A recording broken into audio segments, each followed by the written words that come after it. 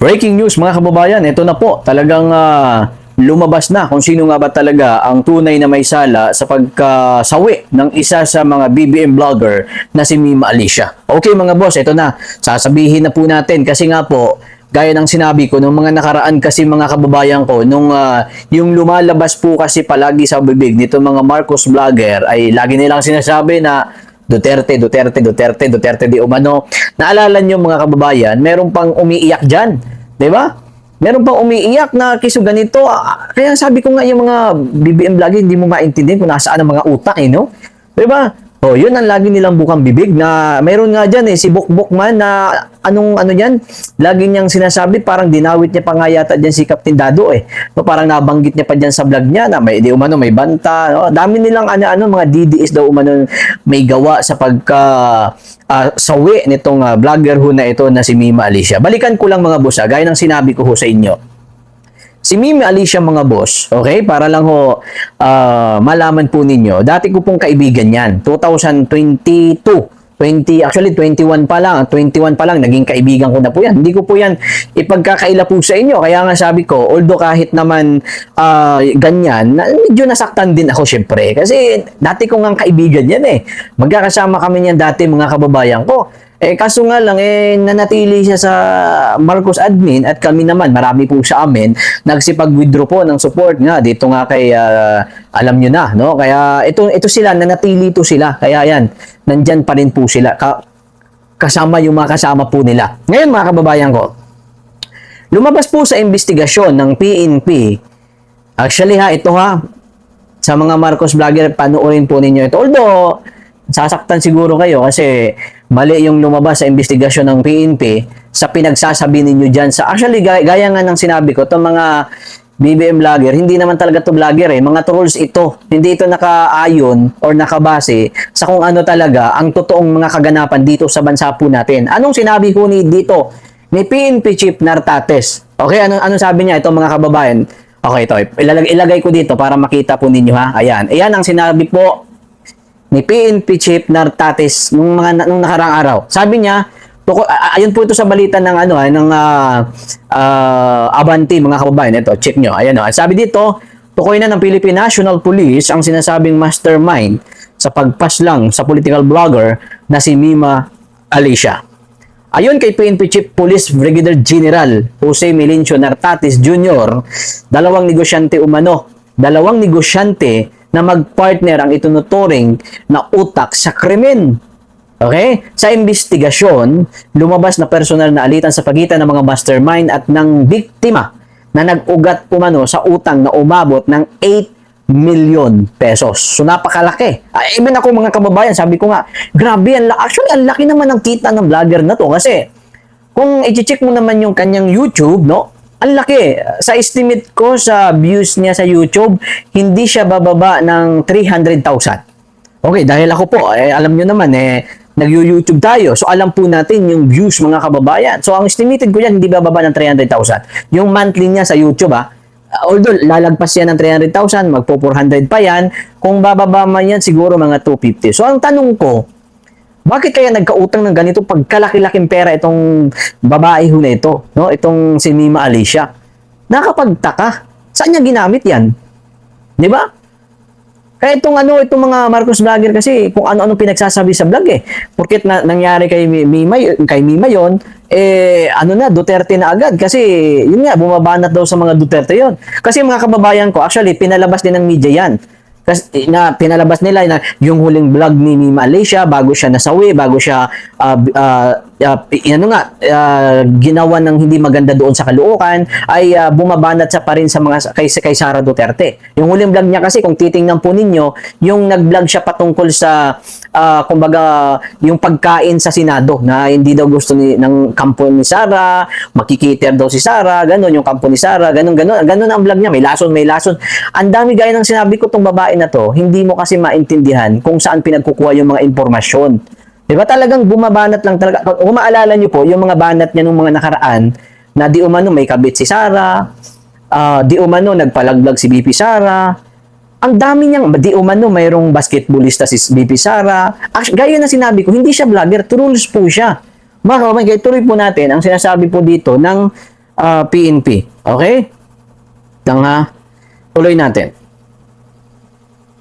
Ang sinasabi ng PNP about dito kay Mima Alicia. Ayun lang. Makinig kayo mga Marcos vlogger. Marami dyan, mga kasamahan ko dati. Pero sa totoo lang, yung mga utak nyo, pera-pera talaga eh. Sabi po dito mga kababayan, okay, ito. Iginiit naman ni Nartates na sa ngayon ay ito pa lang ang nakikitang motibo ng pulisya at wala pang nakikitang direktang kinalaman sa kanyang Bongbong Marcos vlogger. So wala pa yung nakikita ng PNP, wala pa no. Kaya nga hindi naman kasi natin masasabi talaga na porket bumabanat na sa Duterte actually para sa akin napakalabo eh. Kasi napakarami po ng mga kritiko ng mga Duterte at mas matindi pa kay Mema. No? So until now buhay pa rin sila. 'Di ba?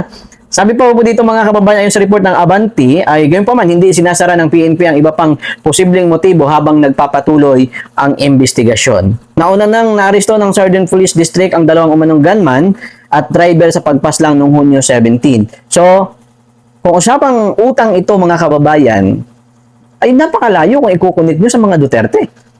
Dahil unang-una ho, mga kababayan ko, hindi ho magpapautang kay Mima Alicia ng ganyang kalaking pera na 8 million ang sino mang supporters ng mga Duterte. Kasi alam naman ho natin talagang matindi ho bumanat yan si Mima Alicia, mga kababayan. Oo, di ba? Kaya itong mga Marcos vlogger kasi ano lang talaga to eh. Ginagatasan lang ho nila yung pagkasawi talaga ni Mima Alicia. Although ayaw ko na sana magbigay ng komento about sa bagay ho na ito. Kasi nga, gaya ng sinabi ko, nire-respeto ko pa rin yan, yung babae ho na yan. And, medyo masakit talaga sa akin na yung mga banat yan, hindi lang medyo, talagang masakit talaga sa akin kasi kung bumanat yan, below the belt talaga yan, for the sake of money. No? Pero ganyan pa man, dahil nga naging kaibigan ko yan, and matagal kami niyan, nagkahiwalay lang kami niyan nung time na medyo sabi ko sa kanya, ika-counter ko yung mga banat mo nung about sa mga Duterte, ganyan sabi ko, nagalit siya sa akin. Sabi niya sa akin, ganyan ka pala, ganyan, banatan mo pala ako yung mga, talking about content Okay, so gano'n na nangyari mga kababayan, yun. Hindi ko siya, kumbaga nirespeto ko siya kasi nga gaya ng sinabi ko, siyempre ako naman, kahit naman na magkaiba kami ng pinaniniwalaan patungkol sa kung sino ang sinusuportahan ng bawat isa sa amin, ay hindi ko siya, kumbaga nirespeto ko po siya doon. Kaya nalulungkot man din ako na sinapit sa kanya yan, kaya kung sino man po itong mga negosyante na ito, kahit na sino yung mga kapit ho nito, ako po ay nakikiusap din, no, na sana po ay gawin ng lahat ng PNP na talagang mapanagot and mailantad sa publiko kung sino ang pagkakilanlan ng mga negosyanteng yan. Kasi hindi ho biro. Yung utang ni Mima Alicia din kasi 8 million Kaya hindi ko alam kung papaanong sitwasyon na ano ba, ayaw ba magbayad? Di ba? Kasi dito nagkainitan sa 8 million Kasi kung maganda naman yung usapan at si Mima Alicia naman ay nagbabayad naman, kahit sabihin natin paunti-unti, ay hindi ho darating sa ganitong sitwasyon mga kababayan, natangkain pa, na tinangka pang kunin ang kanyang buhay dahil ho sa pera ho nito. Siyempre para sa atin, malaki talaga yan. Dahil 8 million yan Kaya nga nung unang araw ng pagkasawi niyan, siyempre, sabi ko ano ba talaga ang motibo? Kasi kung usapang Duterte, napakalayo. Okay, so sabi nga actually may mga nagsasabi din naman nung una pa lang na parang baka nga dahil sa utang. So, ano ba to? Ano ba to si Mima? Nagsusugal ba to? Diba? Kasi di natin alam kung saan napunta yung 8 million ho na yan. Posible, kung nagsusugal siya, kung sakasakali man ginawa niya, hindi natin alam Kumbaga ito ho ay opinion ko lamang na siguro, baka, no? Kung sakasakaling sa sugal, mabilis talaga maubos ang pera dyan. Pero kasi 8 million kasi yon, saan niya naman gagamitin yon at ganun na lang kabilis. At bakit siya nagkautang ng ganun kalaki? Gayong ang laki naman ng sahod niya. Diba? Makita kasi natin mga boss, ang ginto niyan talagang ang kakapal Diba? So nagbablog yan, ang ginto, ang kakapal. Tapos kakabili lang kasi niya ng bago lang months pa lang, nakabili yan ng isang sasakyan, bagong-bago talaga. Tapos meron din yung mga mamahalin ng mga gamit na kung ano-ano pa ba yan, nagkakahalaga ng kung ano, talagang hindi lang 20,000,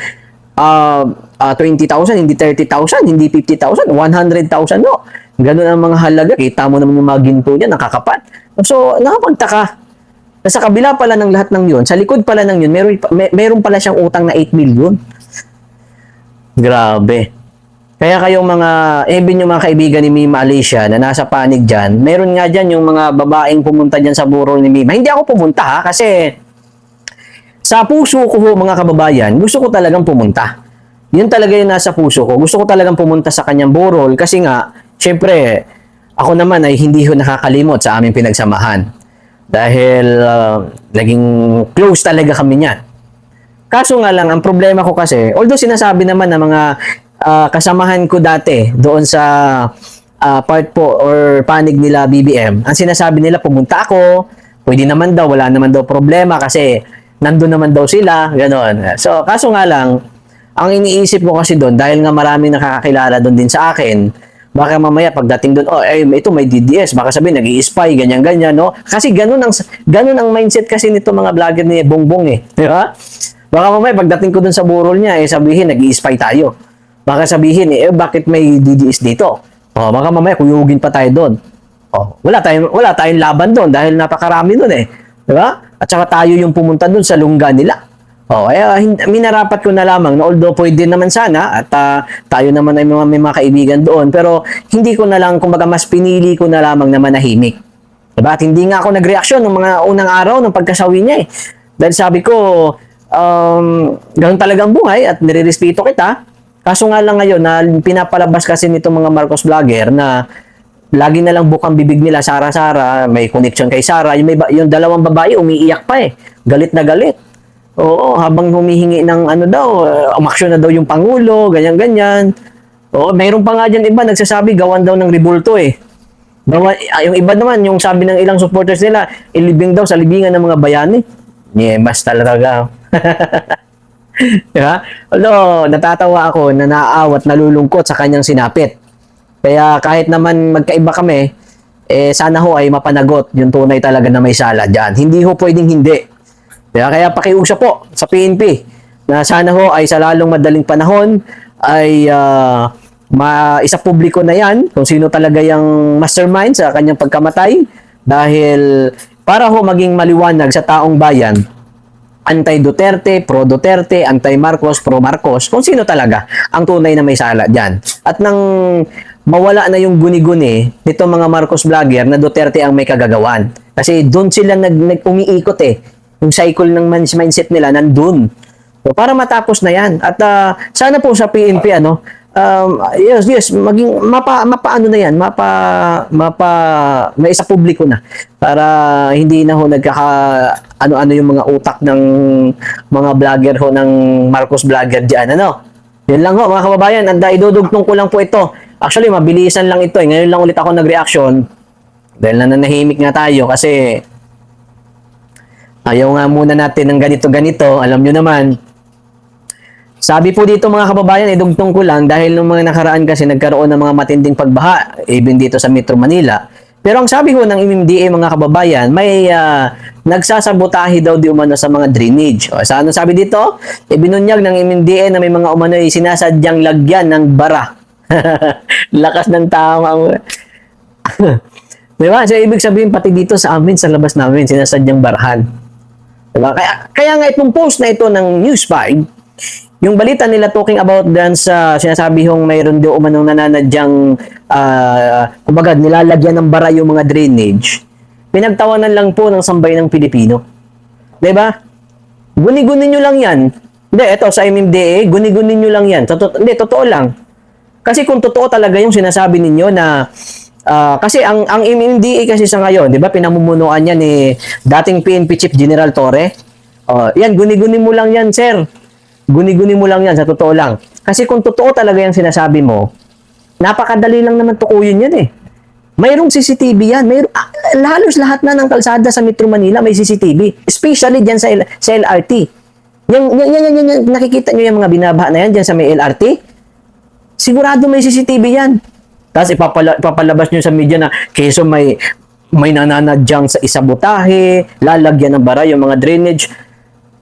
Actually, hindi naman kami grade 1 eh. Hindi rin ho kami bata. O, kung sinasabi nyo ganyan ang nangyari, maglabas ho kayo ng ebidensya. para maniwala yung taong bayan. Even ako, maniniwala ho ako sa inyo 100% pag naglabas po kayo ng ebidensya. Sasabihin nyo, ganyan, wala nga na, asan na ebidensya? May CCTV, ba't ayaw nyo i-review? Ipakita nyo, ipalabas nyo sa media. Sa inyo naman ang media ngayon Nasa panig nyo naman Isang patawag nyo lang ng press con, lahat na yan, nandyan. Yan, andyan may CCTV kaso wala Tsaka lagyan ng lalagyan. Actually, hindi ko maintindihan yung mga nagiging galaw ngayon sa gobyerno, mga boss. Diba? Patungkol dyan, mga boss, singit ko lang yung about dyan sa investigasyon sa Blue Ribbon Committee. Naniniwala ho ba kayo, eto question ko to sa lahat po ng mga nanonood, naniniwala ba kayo na meron pa dyan mapanagot? Especially si Martin Romualdez? Question mark yan Kasi ako po, di ba naalala nyo nung July 27 yung nagkaroon ng suna ang Pangulo, anong sabi niya?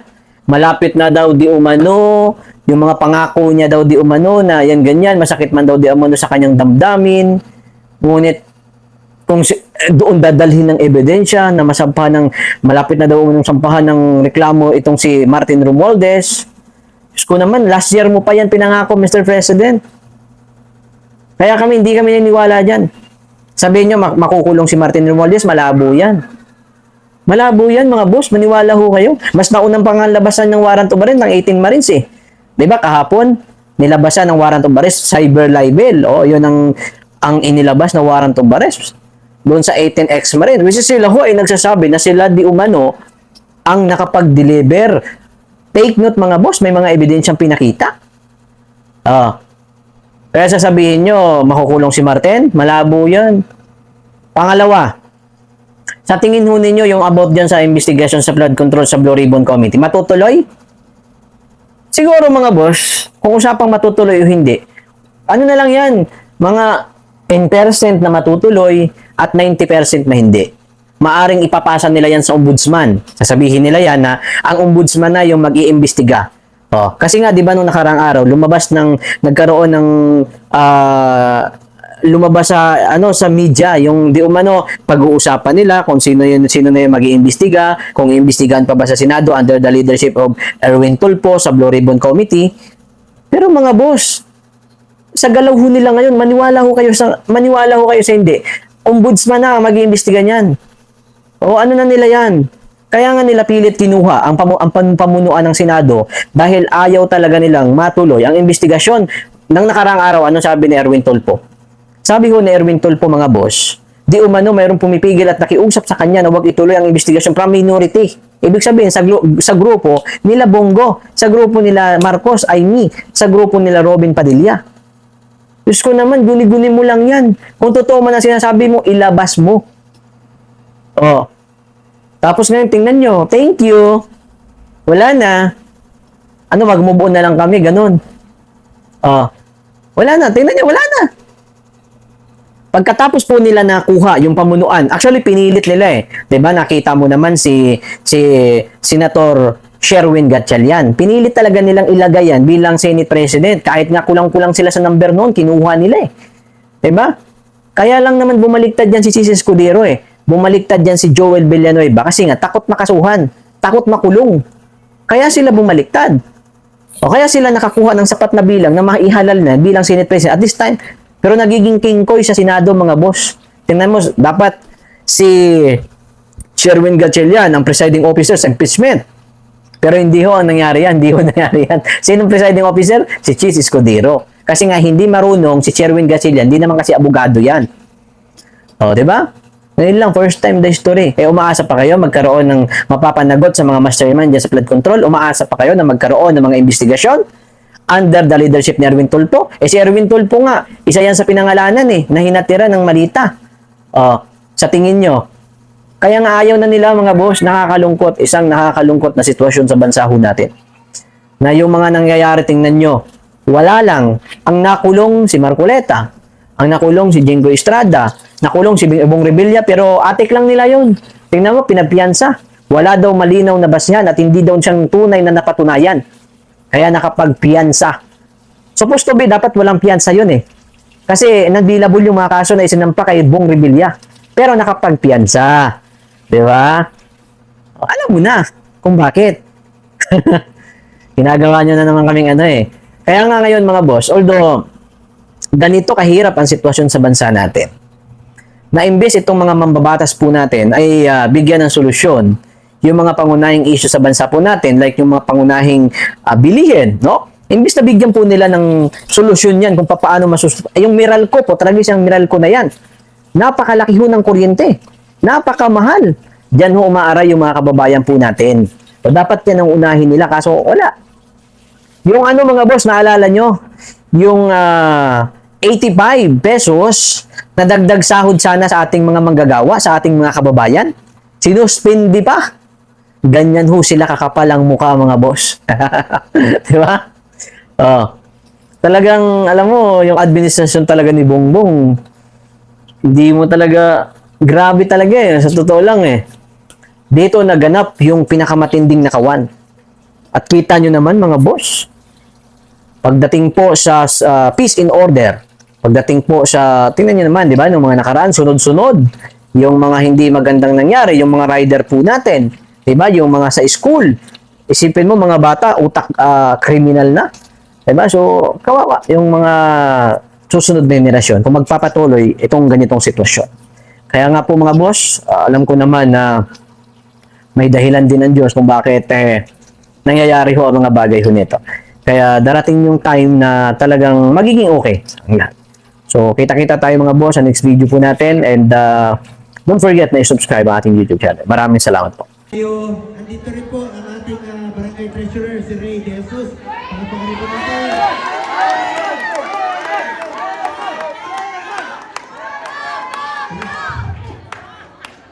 Yes, Sir Ray. Ikaw yung treasurer. Ay, marami ka pera. Ano dito? Anyway, mga kababayan ko, birthday niya? Birthday mo? May regalo ako sa'yo. Yung relo ko, ibibigay ko sa'yo. Mga kababayan ko, yun lang po, sabi ko sa inyo, magtulungan po tayo at huwag po tayong pumayag na ilihis yung katotohanan. Yung mga dapat managot sa korupsyon sa gobyerno, dapat po managot, di ba? I am one with the Filipino people in this fight and crusade against corruption and government. Sana makabalik na tayo sa normal na buhay. Katulad noon, tahimik tayo magtatrabaho, tahimik tayo sa ating pamumuhay. At ako po'y nalulungkot ngayon, di ba? Meron pong mga namatay na mga riders na gusto lang pong magtrabaho ng maayos at marangal, ay sila pa yung naging biktima ng krimen. Kaya sana po matigil na po itong mga krimen, at saka importante po sa akin, panatag po ang ating loob tuwing naglalakad tayo sa gabi, na hindi nasasaktan ang ating mga anak. Yun sana ang gusto kong maibalik pagdating ng panahon. Yung nakakauwi yung anak natin na hindi nasasaktan at walang nasasawi po dahil sa mga krimen, walang kwentang krimen na ito. Dapat po ang kriminal ang matakot, hindi po yung ordinaryong Pilipino na gusto nila po mamuhay ng tahimik po. Bilang inyong senador, sa loob ng 6 na taon, I have authored 27 laws. I have principally sponsored 95 laws, yung mga upgrade ng public hospitals. I have co-authored or co-sponsored 167 laws. At sa loob ng 6 na taon, wala po akong absent sa Senado. Present po ako always. Sipag, serbisyo at pagmamalasakit po ang pwede kong ialay sa ating mga kababayang Pilipino. At bago ko makalimutan, huwag kayong magpasalamat sa akin. Ako ang dapat magpasalamat sa inyo. Ginawa niyo akong number 1 sa Manila. Ginawa niyo ako.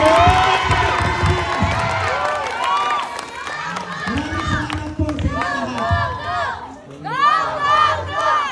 Maraming salamat po. Magtatrabaho po ako para sa inyo. Mahal na mahal ko kayo rito sa Manila. Tawagin niyo lang po akong Kuya Bongo. Kahit saan tayo makita, just call me Kuya Bongo. Pero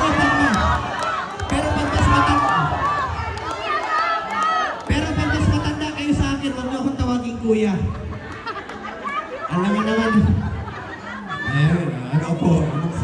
tayo, Kuya Bo. Kuya Bo.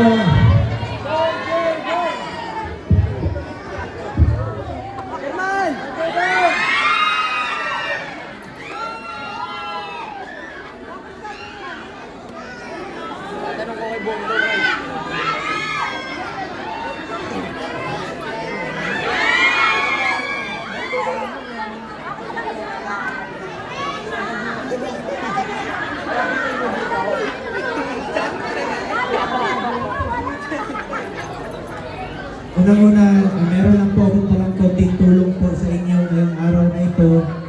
May dala po akong burger steak. Kumain na kayo? Konting tulong lang naman po ito. Alam nyo, mga kababayan ko, sabi ko nga kanina sa mga nasunugan, ano lang tayo, magtrabaho lang tayo, magsipag lang tayo. Yung gamit naman, nabibili yan. Yung gamit, lalabhan. Pero yung pera, kinikita natin ay hindi po nabibili ang buhay. A lost life is a lost life forever. Huwag po kayo mawala ng pag-asa. Dasal tayo, pasalamat tayo sa Panginoon. At meron na po akong konting tulong po sa inyo. Sabi ko, kumain na kayo? Burger steak? Dala akong burger steak kanina. At may dala rin po. Kumain, sa rin kumain. Meron akong dala. May dala po akong siomay para sa ito, yung microphone ninyo, nawawala. May dala po akong konting show. Kanina po, galing ako doon sa Eskinita. Sa looban, di ba may looban yung lugar ninyo, ng sunugan. Paglabas ko, may kapitbahay kayo, yung nagtitinda ng siomay, yung may motor, yung may bisikleta. Bumili ako, sabi ko, pakyawin ko sana, hindi pa luto. Sabi ko, dalahin ko sa mga nasunugan. Sabi niya, sir, mga kapitbahay ko yung mga nasunugan dahil doon rin daw siya nakatira. Yung mga asawa, napaka-bayad ko ng mga asawa. So, binili ko itong siomay, sabi ko, dadalhin ko dito sa inyo. Konting tulong po. Kumain na kayo, ha? Ako, hindi pa ako kumakain, eh. Sa totoo lamang po. Ayun, nahabol pa ako. May trabaho pa kami sa Senado. Alam niyo naman, may impeachment. Sana matapos na po itong gulo sa Senado. Para makapagtrabaho na po tayo, para makapagservisyo na po tayo sa ating mga kababayan, diba? Tuwing may nasasayang na panahon, tuwing nag-aaway ang ating mga leader, ang nasasakripisyo po, ang serbisyo sa mga ordinaryong mamamayang Pilipino. Kaya pinagdadasal ko, sana makabalik na tayo sa normal nating buhay. At kami, mga pinili ninyo, mga elected officials, mga lingkod bayan, ay sana po'y makapagservisyo na muli sa inyo mga po, mga kababayan ko. Tayo. Kaya po ako nandito ngayon, tutulong po ako sa inyo sa abot ng aking makakaya. At alam nyo, tinatanong lang nila, bakit pupunta ka sa nasunugan? Hindi mo naman trabaho yan. Sabi ko, ang trabaho namin, senador, legislation, mga batas, constituency, kayo po yun. At hindi ko po matiis na nakaupo lang sa opisina habang kayo po'y nangangailangan ng tulong. Pinupuntahan ko talaga. Kanina nga, naligaw pa ako. Pumasok po ako kanina doon kasi sabi nila, Eskinita raw. Pumasok ako. Meron rin po akong nadaanan doon na may namatay rin po na isang pamilya. No? Papasok. Binisita ko na rin po. Nakiramay po ako sa pamilya ng namatay. 43 years old pa lang po. Ikataki sa puso. Napakabata. Alam nyo, hindi talaga natin alam kung kailan tayo mawawala sa mundong ito. Diyos lang po ang nakakaalam, kaya magpasalamat tayo sa buhay na binigay sa atin ng Panginoon. Pasalamatan natin ang Panginoon Diyos po. Muli, makikinamay po kay pasalamatan natin sa labas. Hoy, Bisaya nini na! Nasunugan po mo? Nasunugan. Ano naman mo ganyan? Bakit nandiyan kayo? Ha? Barangay hall pa na to? Grabe ito Maynila, magkakadikit-dikit. Kaya, parati kayo nasusunugan dito dahil magkakadikit-dikit yung mga bahay dito, no? Magkakadikit-dikit yung bahay. At meron lang po ako dalang konting tulong. Unang-una, maraming salamat po sa ating minamahal na chairwoman, ating kapitana, si Baby Gutierrez. Napakasalamat po.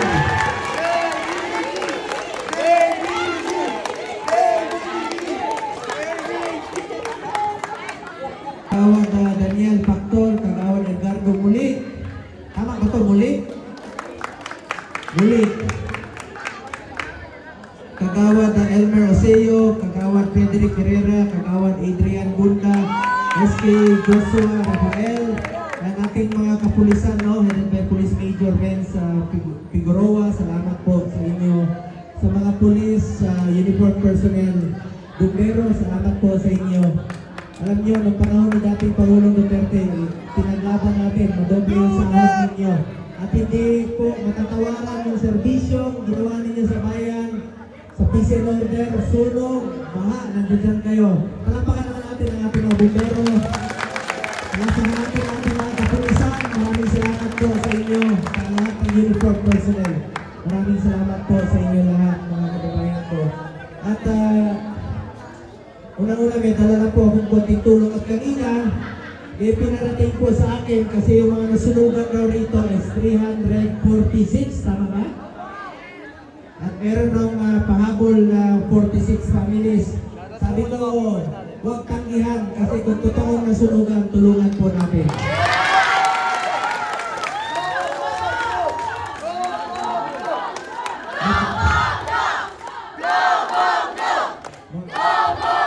Mabunggong